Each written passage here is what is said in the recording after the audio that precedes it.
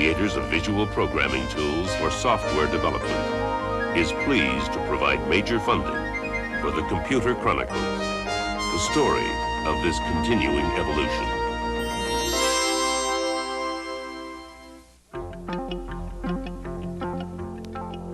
Welcome to the Computer Chronicles. I'm Stuart Chaffee, and this is Gary Kildall. On our program today, we're talking about the problems of computer security. And I imagine by now just about everyone has heard of the movie War Games and the kind of computer security problems raised by that scenario. But more typically, problems with computer security do not involve spectacular things like nuclear war, but rather mundane things like stealing money and stealing information. Gary, our guest on this program is Don Parker. He's considered the world's leading expert on computer security, and he says something very interesting in his book on computer crime. He says, data stored in a computer can be safer than data stored by a physical means, like in a locked filing drawer of some sort. Yet here we are doing this program, and there seems to be a sense that the security of computer data is kind of vulnerable. Mm-hmm. Well, there are techniques that can make data more secure, as long as those techniques are used. Unfortunately, it often takes a clever individual to come along and break the system before those techniques are applied, and we find out how vulnerable these systems are. We're raising a whole new generation of computer-wise people through the personal computer revolution, and there's bound to be a portion of that population that's going to use that knowledge in some kind of malicious way. Today, I guess, computer crime really is a problem because it's a matter of information is power, and when that power is made available through unguarded information, then it's a threat to all of us in the society. Time-sharing services are particularly vulnerable because they're designed to be shared by a number of strangers who make a phone call. And we're going to take a look and just see how easy it is to make that call. It's pretty easy to get into a computer database. All you really need is a personal computer, something like this, some terminal software. You also need a modem which connects your telephone to your computer, a telephone, and you need to know the phone number of one of these computers. I'm going to dial up a computer database right now. I happen to know the number of one. It's just a local call. It's not even a toll call. And we'll wait to hear a high-pitched tone which tells us that the host computer is answered. Okay, the computer is answered, and we're going to now just go into a normal log-on procedure in which the computer is going to first ask me for my ID number, and I happen to have one, so I'll enter that. And if the host computer now accepts my ID number as a legitimate number, it will proceed to ask me for my password. And at that time, I'm going to have to come up with meeting another test here to get into the computer database. And it's now asked me for my password, which I will type in. You can't see it on the screen because the program is meant to protect the security of my password, so you can't steal it from me. And if the host accepts it as it did, you can see I'm now into this computer database.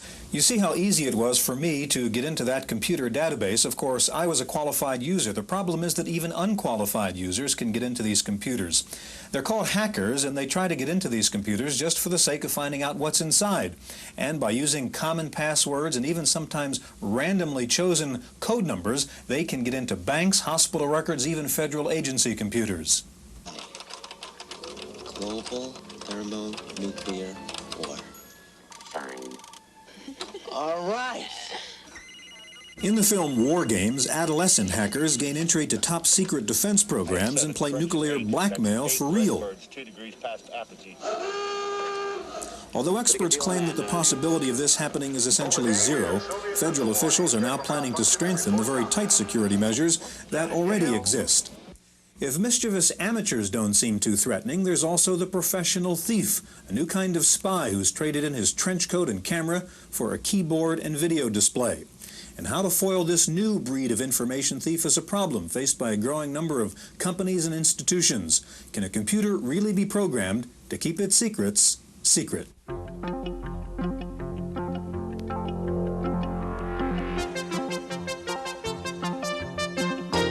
Society has a huge investment in computers and an even greater one in software.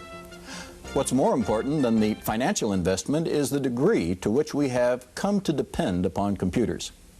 Without them, databases are empty. Words don't get processed, numbers don't get crunched, and the speed of information handling to which we have grown accustomed slows to a crawl. One might think that the protection of such essential and valuable resources would be routine and substantial. But this is not always the case. Recently, most of our time has been spent improving and expanding our systems, adding to their flexibility, making networks, and basically being more productive. The security aspects have often been overlooked. Additionally, good computer security often runs counter to making computers accessible, friendly, and easy to use. We'll find out more about the need for adequate computer security in the rest of the show. In the next segment, we'll meet one of the leading experts on computer crime. Now let's get back to the program. Our guest today is Don Parker from Stanford Research Institute. He's a foremost expert in computer crime. He's been working in the area for 30 years now. Don, welcome to Computer Chronicles. It looks like with the widespread use of computers in society today that we have a whole new high-tech criminal. Can you tell us a little bit about the scope of this problem, computer crime? Yes, unfortunately, we don't have any statistics on this computer crime problem. Therefore, we have to learn from it based on kind of a case-by-case approach. For instance, in just the last 4 years, we have had the largest funds transfer fraud, $10.2 million. We had the largest in bank embezzlement, $21.3 million. We've had the largest securities fraud, $53 million. We've had the largest commodities fraud, $50 million, and the largest inventory fraud, $67 million. This is an indication that the more we are using computers, then the larger the losses potentially are, and we're certainly breaking a lot of crime records the more we use computers. So you think the escalation is a real problem right now? Yes, it really is an escalation, because I think that business crime is probably going down in incidence the more we use computers. But at the same time, when the loss does occur, it tends to be larger. Can you give some idea what characteristics of a computer criminal is? What sort of individual do you find doing this sort of thing? Well, we've interviewed about 35 of these people so far, at least of the more sophisticated computer criminals. And we find that they tend to be young, but then people in the computer field generally are young anyway. They exhibit the Robin Hood syndrome, or it's a variation of Robin Hood. It's stealing from the rich and keeping it, but it's the idea that they differentiate very strongly in doing harm to people, which is highly immoral to them, and doing harm to organizations that they can easily rationalize. Not only that, they're doing it to a computer, and the computer can't cry or hit back. And so the computer is an ideal target for people who could not possibly come up and stick a gun in your face and steal money from you. That'd be being a criminal. But when you can do it through a terminal or a computer, then it's an entirely different matter. These people do not see themselves as criminals. They see themselves as problem solvers. They have some intense, unshareable problem that they're trying to solve. They are in a position of trust, and they find that violating that trust is the easiest way to solve their problem. Don, are you talking about amateurs here or kind of career computer criminals? So far, most of the problem has been from amateur white-collar criminals. However, now we're starting to see an increasing number of what you might call career criminals, people whose livelihood on a continuing basis is dependent on crime. And you might expect that, since for several years now, almost every major prison in the United States has been teaching data processing to the prisoners. So they do have an opportunity to learn the technology. And they're finding that they can't engage in their traditional crime except in this new environment, this electronic environment. Don, what are some of the techniques that criminals use to attack a computer system? Well, we have about 1,100 cases in our research files at SRI now, and based on what we have studied over the past 13 years, there are a number of common techniques that are emerging. The most common one is we refer to as data diddling, or false data entry. It's changing data before it goes into the computer, but relying on the computer to hide the evidence of the false data. We're also dealing with very sophisticated techniques such as Trojan horses, logic bombs, salami attacks, piggybacking, data leakage, super zapping, and so on. These are all of the technical or jargon terms for these techniques. Could you take one of those and explain it? For example, Trojan horse seems to be a fairly explicit term. What would that mean? It seems to imply that there's something built into the program. Is that the case? That's right. A Trojan horse is one of the most fundamental criminal methods that has been used. And it is the idea of taking a program and building secret instructions into that program. So when the program is executed in a protected domain in a computer system, it not only performs what it is supposed to do, but it also does the additional instructions as well. I see, and this would be used to maybe put money into someone's account, an employee's account, or something like that. It could be used then for a whole variety of programmed frauds within a computer system that might use a technique like logic bomb, for example, where you have programmed a branch instruction in a program so that when certain conditions for the fraud to occur are optimal, then the time bomb or the logic bomb goes off and causes the crime to be perpetrated. There seems to be, that seems to be a sort of an inside attack on a computer system when you put in a Trojan horse or a logic bomb or something like that. Now, we've seen an example earlier of war games where it was the system was attacked from the outside by attempting several passwords and systematically gaining entry to the system. Is that something that actually has taken place where you try to go through a whole sequence of passwords and then you actually find out one that fits and goes into the system? Yes, there's a whole range of malicious system hacking techniques to gain access from a remote terminal, where the name of the game essentially is to impersonate an authorized user. That is, you have to know the person's ID and password to gain access. There is a scanning technique where you can automatically or sometimes manually simply scan telephone numbers, gain access to a computer, and then scan various possibilities of access codes, passwords, to find or hit on one that then is access to that system. How about user-friendly systems? Do they help or do they hinder in the computer crime? Well, that's a part of the war that we're raging today. We all want our systems to be friendly. And unfortunately, a system being friendly is almost the opposite of its being secure. And so we're trying to find the balance between a friendly system and a secure system, because the number of people who have this capability to access these systems is growing very rapidly. And so we have an enemy that is increasing in size and in sophistication, and therefore we can no longer allow our systems to be as friendly as they have been. Now, what about there's I guess we'd call a computerized community bulletin board network that's grown up around the whole technical hobbyist area. You talked about a pirate version of this. Can you tell us a little bit about what one of these pirate bulletin boards would be like and what the purpose is?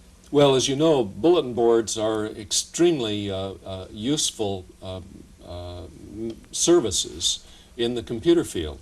But unfortunately, there are some of them that are set up, as you say, for malicious purposes, referred to as pirate boards. In fact, in one listing I saw recently, we found 128 of these so-called pirate bulletin boards across the country. They are used for intelligence purposes among malicious system hackers, and they often will broadcast the telephone numbers of computers and any passwords that may be available, and describe various protocols for logging on to other people's computer systems to engage in this unauthorized access to systems. Excuse me, Gary and Don, in a minute I want to get to looking at some solutions to the kinds of problems you've been raising, Don, and we're going to do that in just a minute.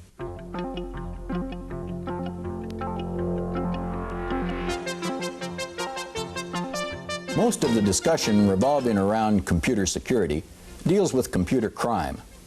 There are, however, other accidents and conditions that we need to guard against. First, we must protect our computer operation from natural disasters such as fire, power outage, floods, and the like. Second, systems should be protected from the accidental destruction of data, When someone unintentionally gains access, or if an incorrect terminal procedure is executed, or if a programmer accidentally destroys current data while modifying an operational program. We can't always prevent damage, but we can ensure continued operation by storing backup copies of programs and data files. Third, we need to take reasonable precautions to ensure that employees do not abuse their access to computers with excessive personal use. Fourth, we must protect our equipment from unauthorized use by outsiders. Good access control, including personal passwords, systems and log monitoring, separation of responsibilities, and external balancing controls are some of the procedures for guarding against intrusion. In the next segment, we'll hear from one of the foremost experts on computer security. So let's get back to the program. Don, you've given us a good idea of what some of the problems are related to computer crime, so why don't we take a few minutes and figure out what some of the solutions are. We have joining us also Jim Holmes from Tri-Data Corporation. Jim has a product that helps us secure a dial-up system. So Jim, could you tell us a little bit about the product? Certainly, I'd be delighted to. We've come up with one approach to be able to help secure dial-up networks.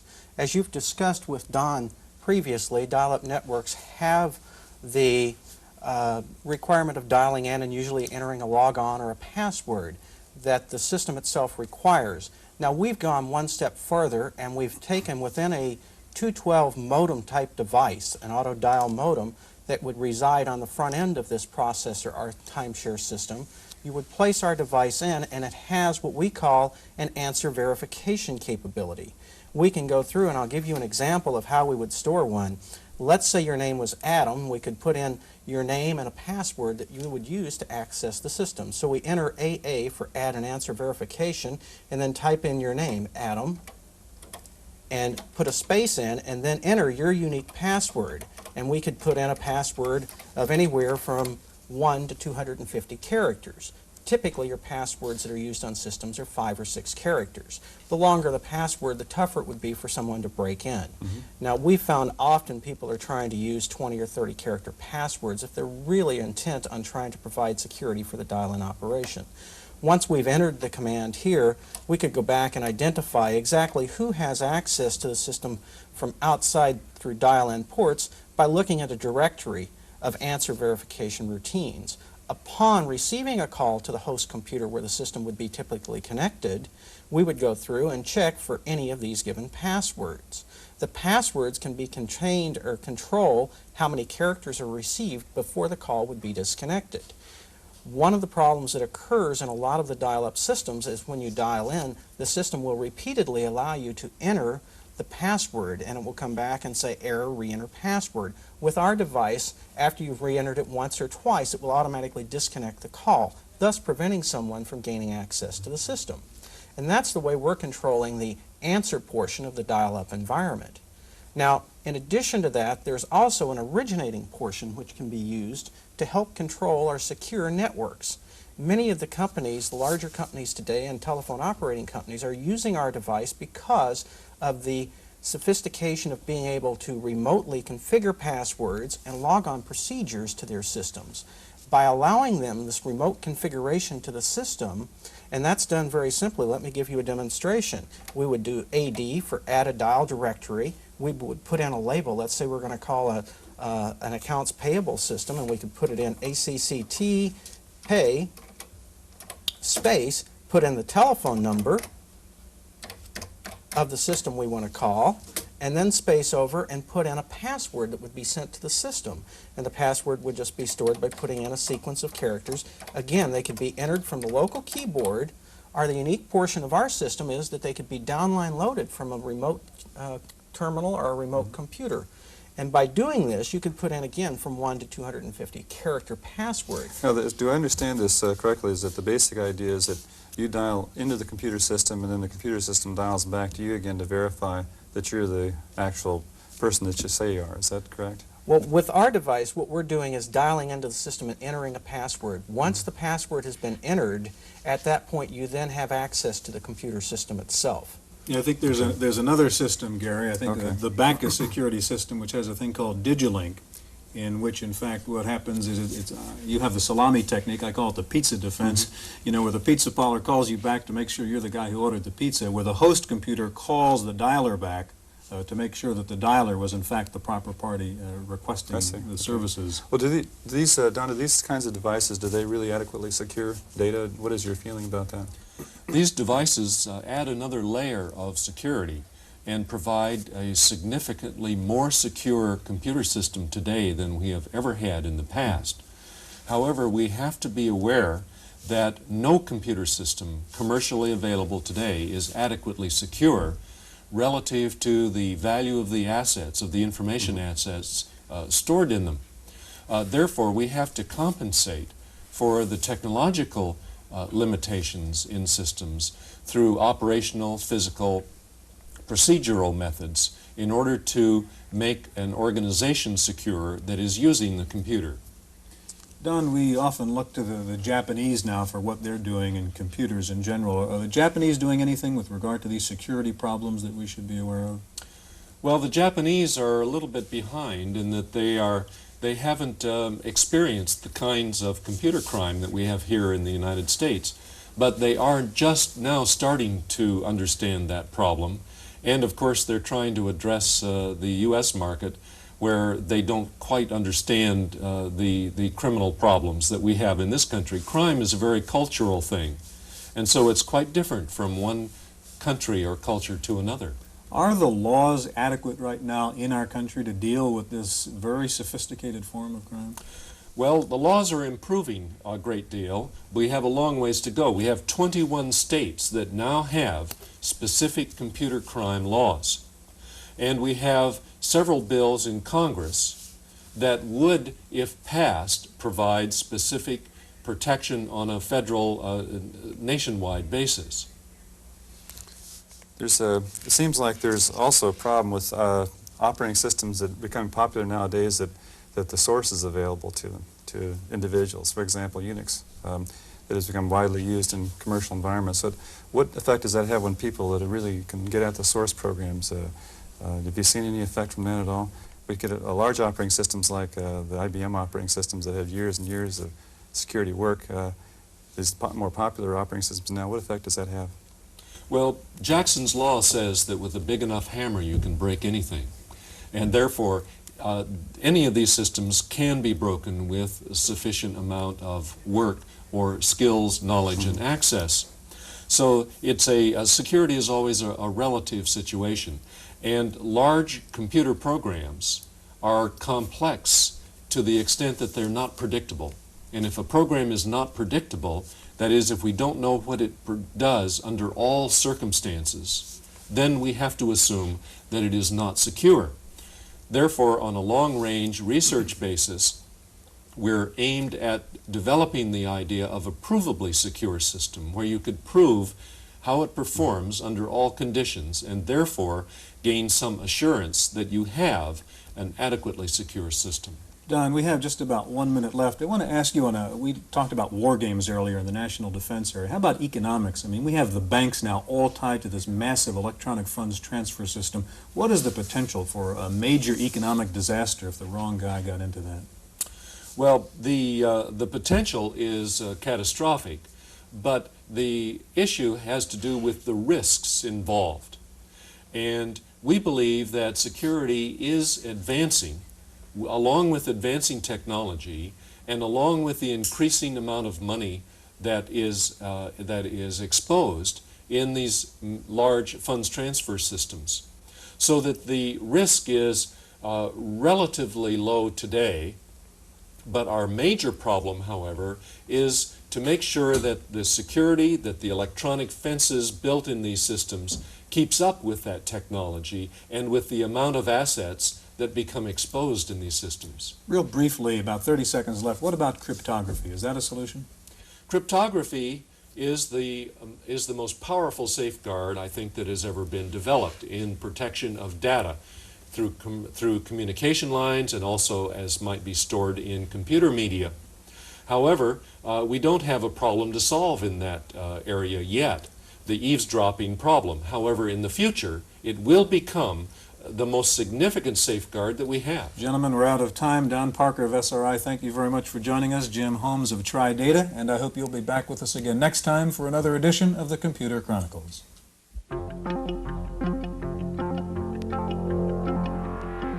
It's very difficult to get a handle on how much computer crime there is. Companies that have been ripped off are often embarrassed and reluctant to report the crime. Prosecution of a company's employees for computer crimes is very rare.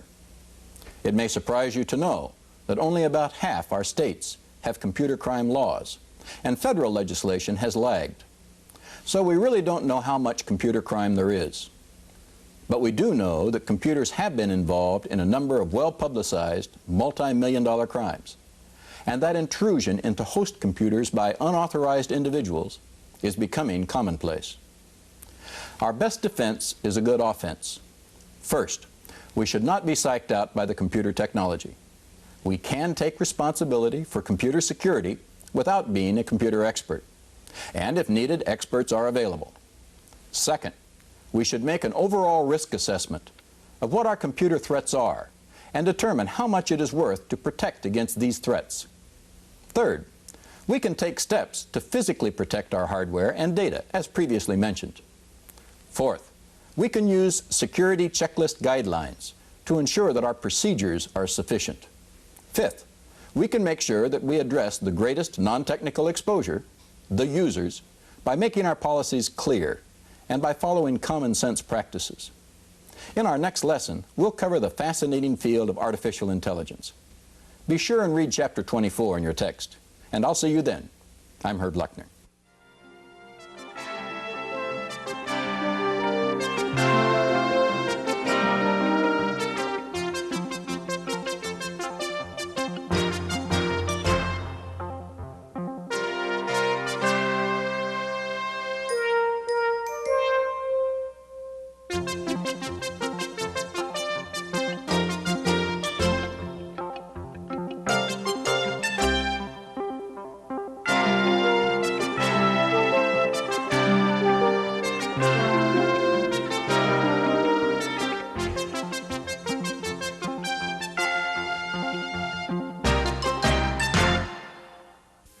Microfocus, creators of visual programming tools for software development, is pleased to provide major funding for the Computer Chronicles, the story of this continuing evolution.